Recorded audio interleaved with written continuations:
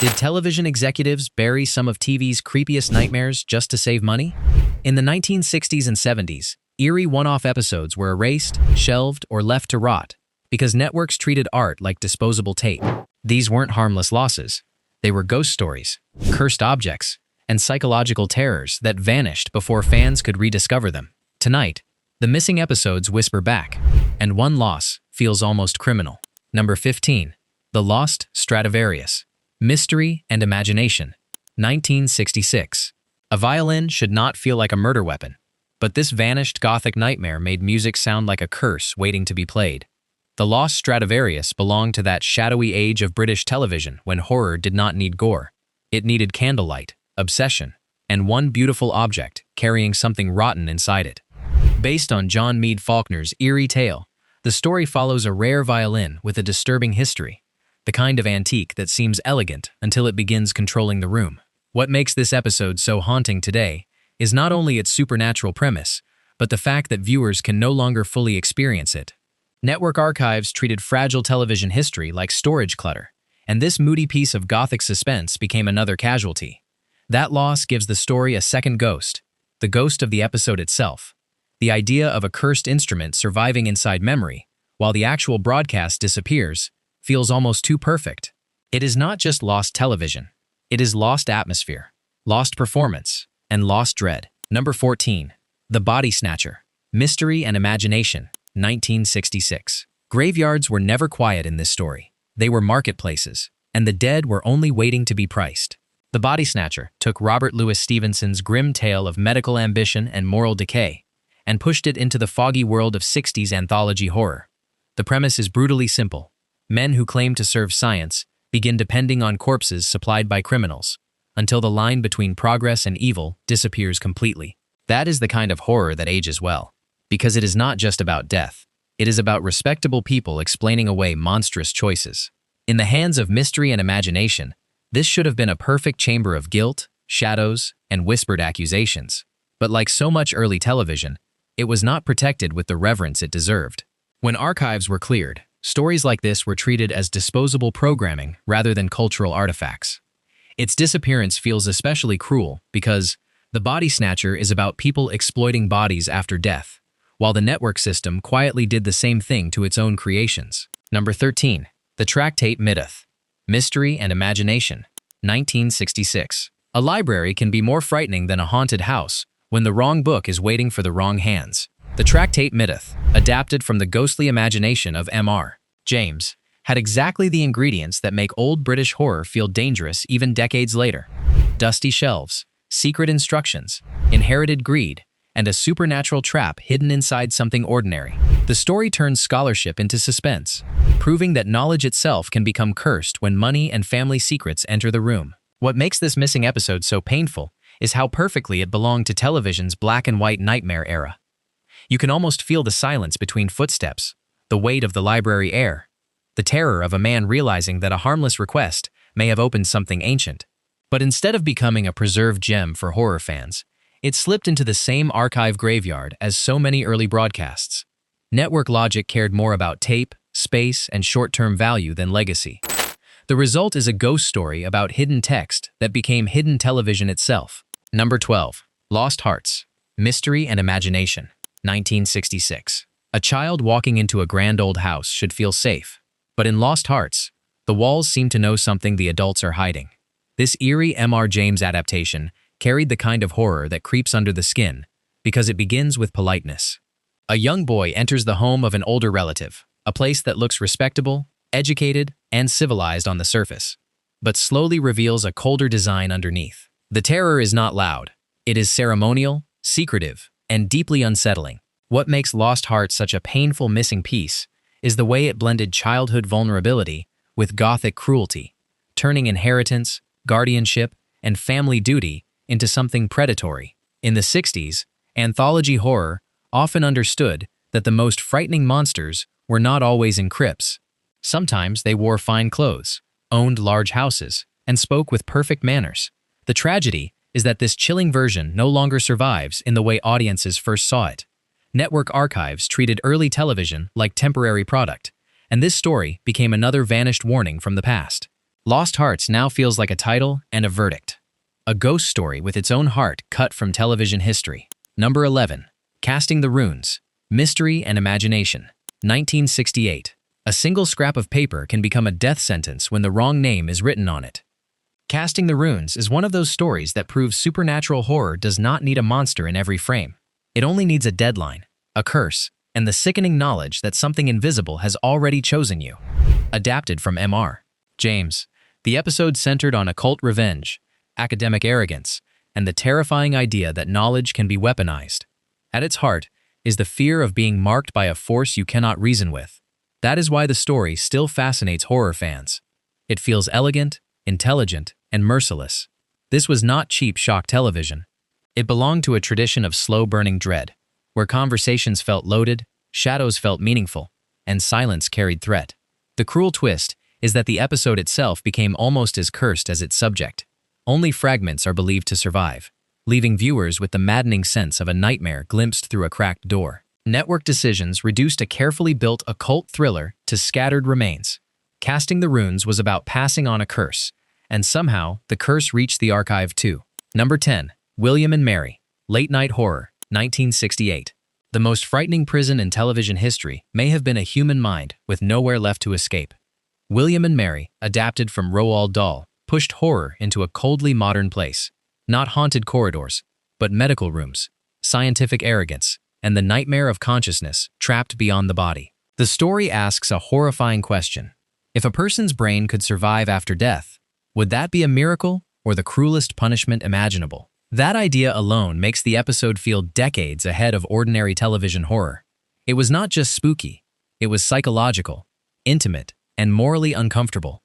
Late Night Horror specialized in stories that felt too strange for polite living rooms, and this one may have been among its most disturbing because it turned love, control, and scientific progress into a quiet form of captivity. The tragedy is that most viewers today cannot watch the original broadcast as it was made. Like so many shows from the era, it fell victim to archive neglect and the belief that yesterday's television had no future value. William and Mary deserved to be studied as a chilling early experiment in body horror. Instead, it survives like a rumor, brilliant, unsettling, and almost completely out of reach. Number 9. The Triumph of Death. Late Night Horror. 1968. A haunted house is frightening, but a house that feels like death has already won is something far worse. The Triumph of Death came from Late Night Horror, the kind of anthology that seemed determined to test how much darkness television could hold after midnight. With Claire Bloom connected to the production, the episode carried a level of theatrical weight that makes its disappearance even more frustrating. This was not throwaway filler. It was prestige horror wrapped in dread. The title alone suggests something grand and merciless, as if death was not merely approaching the characters, but ruling the entire story from the first frame. That is the power of these lost episodes.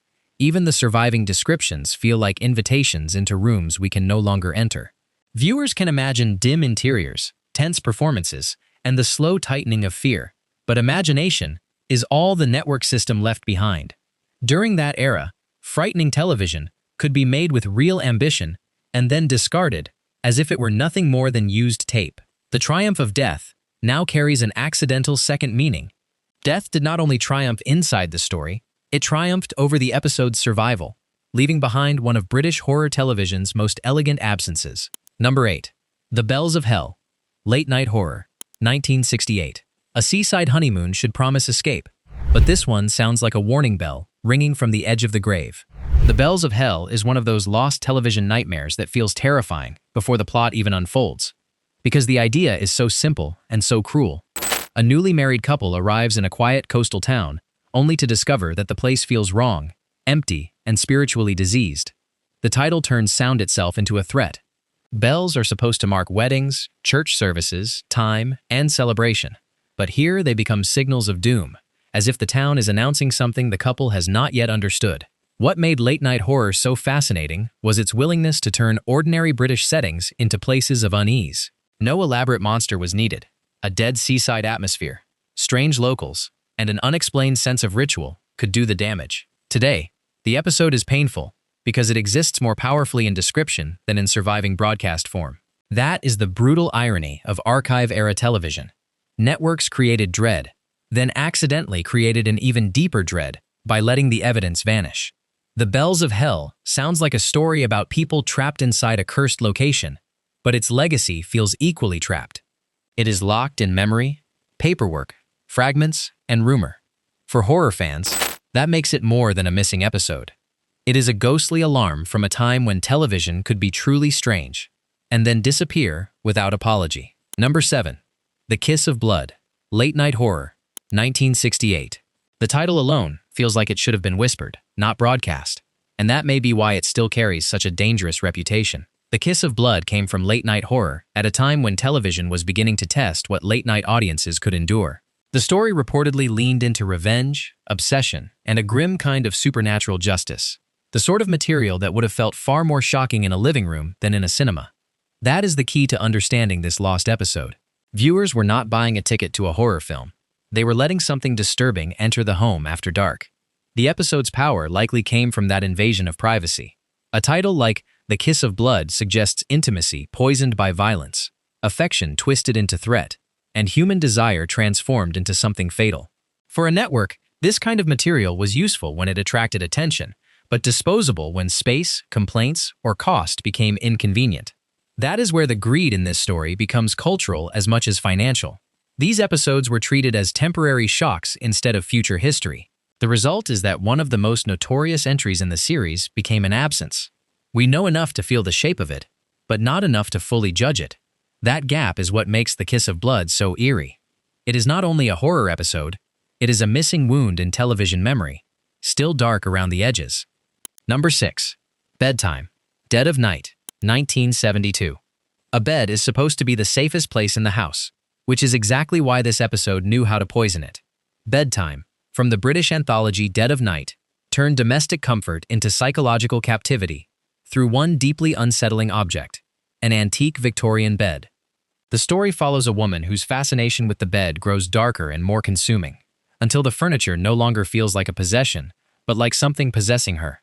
That is classic haunted object horror, but with a sharper emotional edge. The terror is not just that an old object may carry a past. It is that the past may enter the present through something intimate, something touched every night, something trusted without thought. Dead of Night specialized in quiet nightmares, and bedtime sounds like one of its most suffocating ideas because it traps horror inside the bedroom, the one place where people are most vulnerable. Its disappearance makes the premise even more unsettling. A story about an object absorbing fear has itself been absorbed by archival loss. The episode was not merely canceled, forgotten, or disliked. It was swallowed by a system that failed to understand the value of preserving television. That is why Bedtime feels like a perfect entry on this list. It is eerie as fiction and tragic as history. What should have survived as a disturbing little masterpiece now exists like a half-remembered dream. A woman, a bed, a room, and a shadow the archive could not keep. Number 5. Death Cancels All Debts, Dead of Night, 1972. The clock is the real villain here, because every night it seems to know the exact hour a man's courage will fail.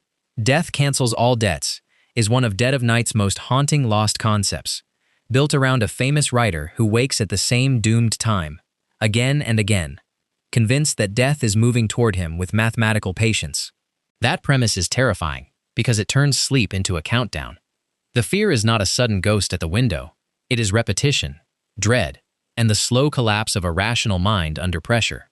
In a stronger archive culture, this episode might have been remembered as a sharp piece of psychological horror about guilt, mortality, and the terror of unfinished business. Instead, it became one more casualty of a period when networks often saw old broadcasts as storage problems rather than creative records. The tragedy is that this specific story feels almost designed to comment on its own disappearance. Death cancels all debts, the title says, but archive wiping canceled something else. The debt television owed to its own history. Viewers lost performances, pacing, atmosphere, and all the small details that turn a synopsis into an experience. What remains is the shape of a nightmare. A man wakes. The hour repeats. Death waits. And somewhere behind that fictional terror is the colder, real-world truth. The episode itself was allowed to vanish, as if its time had simply run out. Number 4. Smith, Dead of Night, 1972. True crime becomes something colder than entertainment when the past starts looking back.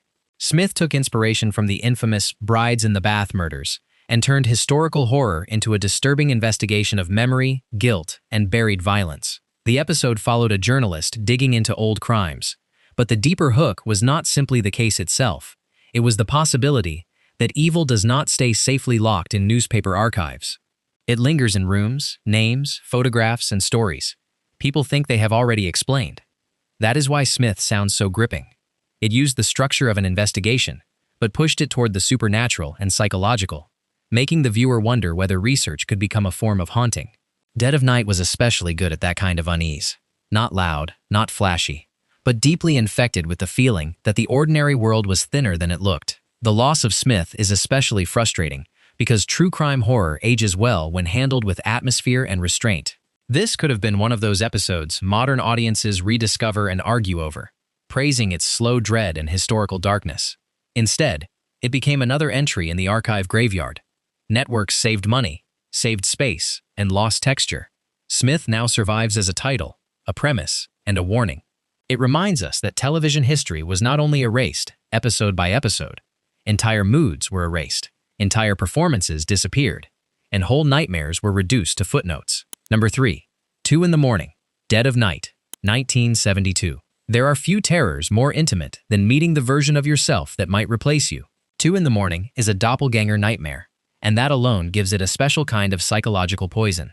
The episode centers on a man whose life seems to fracture as another version of him begins to appear, suggesting not just haunting, but identity theft at the level of the soul.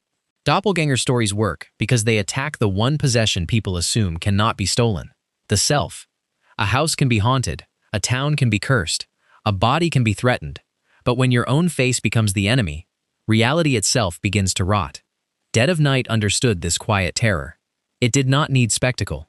It needed a man, a shadow version of him, and the horrible suspicion that the world might prefer the duplicate. What makes the episode's loss so cruel is that performance would have been everything. A doppelganger story depends on glances, timing, posture, pauses, and subtle changes in expression. Those are exactly the things a synopsis can never preserve. Archive neglect did not just erase a plot, it erased the actor's double burden, the director's rhythm, and the audience's slow realization. 2 in the Morning now feels like a ghost story about television itself. One version existed on screen, while another weaker version survives in memory. The real episode is gone, and the duplicate can never fully replace it. Number 2. The Chopper, Out of the Unknown, 1971. A motorcycle should roar like freedom, but this one sounds like revenge coming down the road. The Chopper, written by Nigel Neal, is one of the most tantalizing missing pieces of British genre television, because the concept feels brutally cinematic. A haunted motorcycle carrying the violent spirit of its dead owner. Neal had a rare gift for making the supernatural feel modern, mechanical, and psychologically nasty. Instead of another candlelit ghost in a crumbling house, he pushed horror into engines, roads, machines, and contemporary life. That is what makes The Chopper so fascinating. It suggests a world where technology does not protect people from old fears. It gives those fears a new body. A motorcycle becomes a vessel for anger, memory, and unfinished violence. The machine does not merely move, it hunts. For viewers, this would have been a sharp break from traditional ghost story imagery, a reminder that the haunted object could belong to the modern street as easily as the ancient mansion. Its disappearance is one of those archive losses that feels almost insulting because the surviving idea is so strong. This was not forgettable filler. It was genre television with imagination, attitude, and a writer whose reputation only grew stronger over time. Network short-sightedness turned it into a legend instead of a text. The Chopper now races through horror history like a headlight glimpsed in fog, loud, dangerous, and gone before you can prove you saw it. Number 1. The Uninvited, Out of the Unknown, 1971. An empty flat should feel like a place being left behind, but this one feels like it has been waiting for a confession. The Uninvited stands at the top of this list because its premise is almost unbearably eerie. A couple spend one final night in an apartment before leaving for a new life, only to be confronted by visions tied to abuse, violence, and buried guilt. That setup turns a simple domestic space into a psychic crime scene. The walls are not just walls, they are witnesses. The rooms are not empty, they are holding on to what happened inside them. What makes The Uninvited so powerful is the emotional cruelty of its timing. These characters are on the edge of departure, ready to escape into the future, when the past rises up and refuses to be abandoned. That is horror at its most effective. Not a monster chasing people through darkness, but memory itself becoming aggressive. As part of Out of the Unknown, the episode belonged to a tradition of smart speculative television that trusted viewers to sit with discomfort. Its visual loss is devastating, because this kind of story depends on atmosphere. The stillness of a flat, the pressure between two people, the sudden feeling that a room has changed temperature. The surviving traces only deepen the mystery. The Uninvited is not just a missing episode, it is the perfect symbol of the whole tragedy. Networks tried to move on cheaply, but some erased stories still refuse to leave. These vanished episodes prove that television history was not only lost by accident, sometimes it was erased by careless choices and short-term greed. What remains are titles, rumors, fragments, and stories too eerie to fully die. If one missing nightmare could be recovered tomorrow, which would you watch first? Drop your pick below and keep digging into the ghosts of forgotten TV.